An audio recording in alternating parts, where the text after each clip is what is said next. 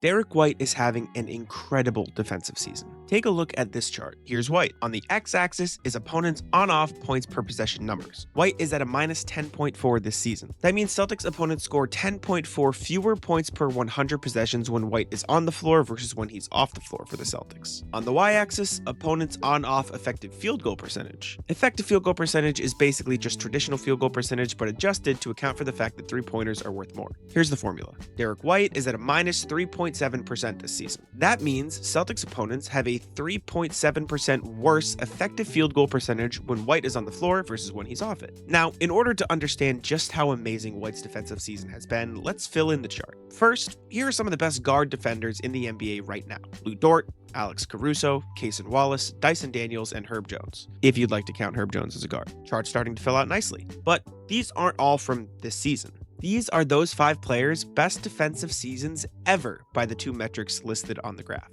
And look at White's season this year, right at the front of the pack. But we aren't stopping there. Here are a few more plot points. This time, some of the best guard defenders of the last 20 years. Drew Holiday, Tony Allen, Marcus Smart, Avery Bradley, and Chris Paul. Just like with the last bunch, these are each of those players' best individual defensive seasons based on these 2 metrics. White clears them all.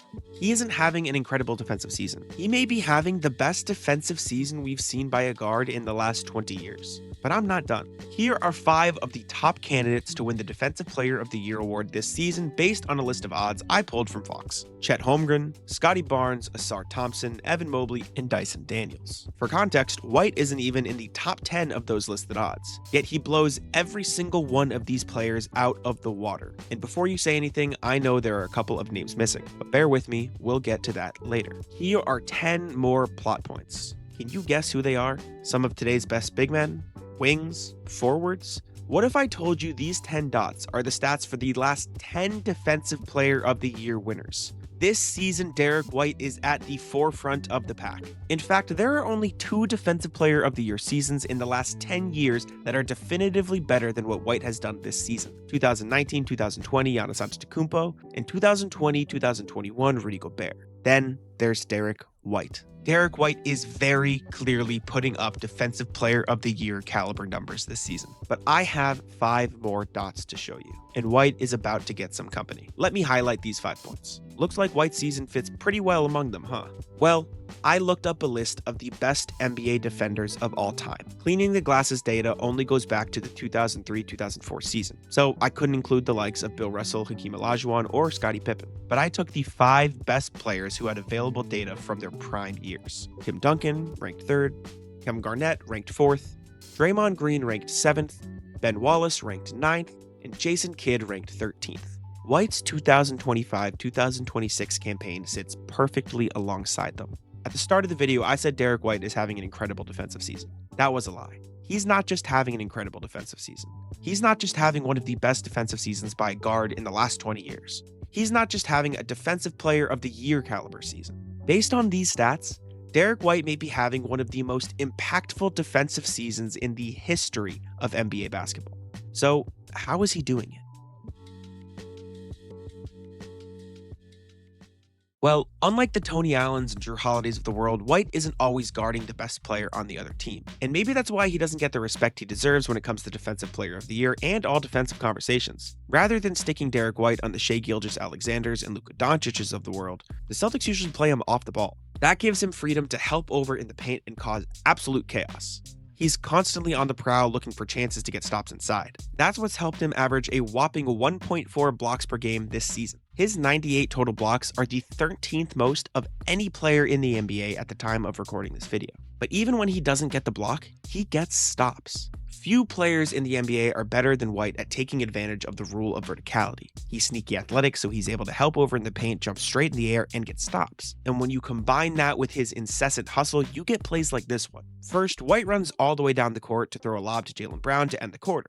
Or did it end the quarter? In actuality, the Miami Heat tried to sneak one last play in before halftime. So White sprinted the full length of the floor and somehow managed to contest Pele Larson on the other end. Nobody else on the Celtics was in the same area code as White. It was pure, unadulterated hustle, and the Celtics loved it. Now, maybe you aren't a big on-off stat person. There's an argument to be made that players shouldn't be judged on what happens when they're off the court, but rather what happens when they're on the court. And that's totally fair. Though comparing his on-off stats to as many players as there are on the scatter plot is a pretty good indication of how impactful White has been. And if you do choose not to believe in on-off, then there are some very obvious trends on this chart. Some of the players who rank higher, like Alex Caruso and Herb Jones, elevated bad defenses. So you could argue that that inflates their on-off numbers. And then guys like Cason Wallace and Lou Dort might not get the defensive credit they deserve because the Thunder have a great defensive infrastructure around them. But you're looking at it the wrong way. That is exactly what strengthens Derrick White's case. Because if you look at the top tier players in this scatter plot, all of them are elite defenders who elevate defenses that are already good. Alex Caruso's Bulls and Herb Jones's Pelicans weren't great defensive teams, but the Celtics are. So the fact that Derrick White's on-off numbers look this good while also being part of a top 5 defensive team in the NBA is exactly what separates him from the pack. It's not a detractor, it's an addition to his case. He is so good that his on-off numbers look like this even while playing in the flow of an elite defense. But again, for those who don't love on-off, take some of these stats into consideration as well. Of the 154 players who have played at least 1,500 minutes this NBA season, White has the 5th best opponent field goal percentage. Players are shooting just 43.1% when they go up against White. The 4 ahead of him are Victor Wembanyama, Neemias Queta, Chet Holmgren, and Shai Gilgeous-Alexander. Again, working off the 154 players, White is 15th in total shots contested. That might not sound crazy, but take this into account. The next guard on the list is Con Knippel. He's 39th. That means the other 38 players ahead of Derrick White are big men and forwards who traditionally play in the paint. White has contested 542 shots this year. Knippel, the next guard, is at 422. That's a 120 shot difference. At the time of recording this video, Derrick White has contested 316 two-pointers, which is 25th in the NBA, and 228 three-pointers, which is 3rd in the NBA. So not only is he averaging 1.4 blocks per game as one of the league's premier rim protectors, but he has also contested the 3rd most three-point shots. Derrick White is one of only 8 NBA players averaging at least 1 steal and 1 block. His 2.42 stocks per game is 7th in the NBA. And when you look at totals, his 186 stocks ranks 5th. He is changing the very definition of what it means to be an elite defender at the guard position. He is in a league of his own.